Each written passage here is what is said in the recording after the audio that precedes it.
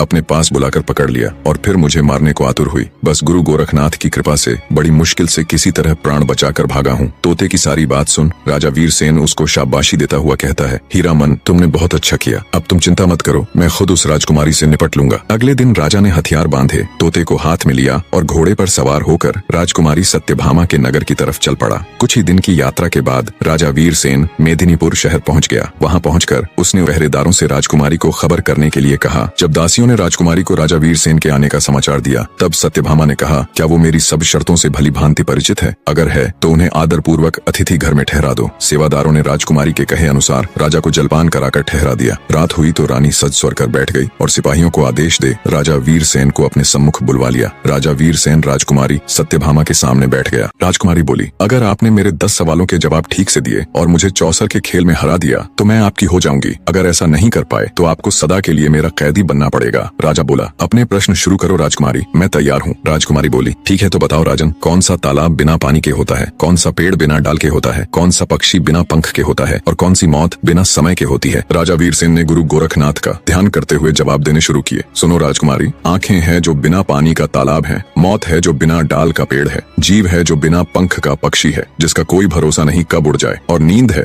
जो बिना समय की मौत है। राजकुमारी ने दूसरा प्रश्न किया, कौन तपस्वी है जो नित्य तपस्या करता है? कौन है जो रोज सुबह उठकर स्नान करता है? कौन है जो सब रस उगलता है? और कौन है जो सब रस खाता है? राजा बोला, सूर्य ऐसा तपस्वी है जो नित्य तपस्या करता है। ब्राह्मण रोज सुबह उठकर स्नान करता है। इंद्र राजा वर्षा के रूप में सब रस उगलते हैं। और धरती है जो सब रस खाती है, अर्थात वर्षा को सोख लेती है। राजकुमारी ने तीसरा सवाल किया, ऐसा क्या है जो कोई स्त्री नहीं कर सकती? ऐसा क्या है जो समुद्र में समा नहीं सकता? ऐसा क्या है जो अग्नि में नहीं जल सकता? और क्या है जिसे काल नहीं खा सकता? राजा बोला, राजकुमारी, एक स्त्री अपने पुत्र के साथ क्रिया नहीं कर सकती। यश है जो समुद्र में समा नहीं सकता। धर्म है जो अग्नि में जल नहीं सकता। और नाम ऐसी वस्तु है जिसे काल खा नहीं सकता। राजा की हाजिर जवाबी और सटीकता के साथ सवालों के जवाब देते देख राजकुमारी आश्चर्य के साथ साथ प्रसन्न भी थी। उसने चौथा सवाल किया, ऐसा क्या है जो बचपन में 30 गज का, जवानी में 4 गज का, बुढ़ापे में 60 गज का और मरने के बाद अंत नहीं? राजा बोला, सुनो राजकुमारी, किसी भी वस्तु या इंसान की परछाई ही एकमात्र ऐसी चीज है जो दिन में 30 गज की, दोपहर में 4 गज की, शाम के समय 60 गज की और रात में अनंत हो जाती है। राजकुमारी बोली, आप ठीक कह रहे हैं राजन। अब मेरे 5वें सवाल का जवाब दो, वह क्या है जो हमेशा बदलता रहता है पर कभी नहीं बदलता? राजा वीरसेन बोला, राजकुमारी, वह है परिवर्तन का नियम। संसार में सब कुछ बदलता रहता है, लेकिन यह सत्य कभी नहीं बदलता कि परिवर्तन ही संसार का नियम है। जो इसे समझ लेता है वह जीवन के उतार चढ़ाव में शांति पाता है। राजा वीरसेन के जवाबों से अब तक पूरी तरह संतुष्ट राजकुमारी सत्यभामा कहती है, बहुत खूब राजन, अब मेरे छठे प्रश्न का जवाब दीजिए। अगर हर चीज पहले से तय है, यानी हमारा भाग्य, तो फिर कर्म करने की क्या जरूरत है? छठे सवाल का जवाब देते हुए राजा वीरसेन बोला, भाग्य और कर्म दोनों साथ साथ चलते हैं। भाग्य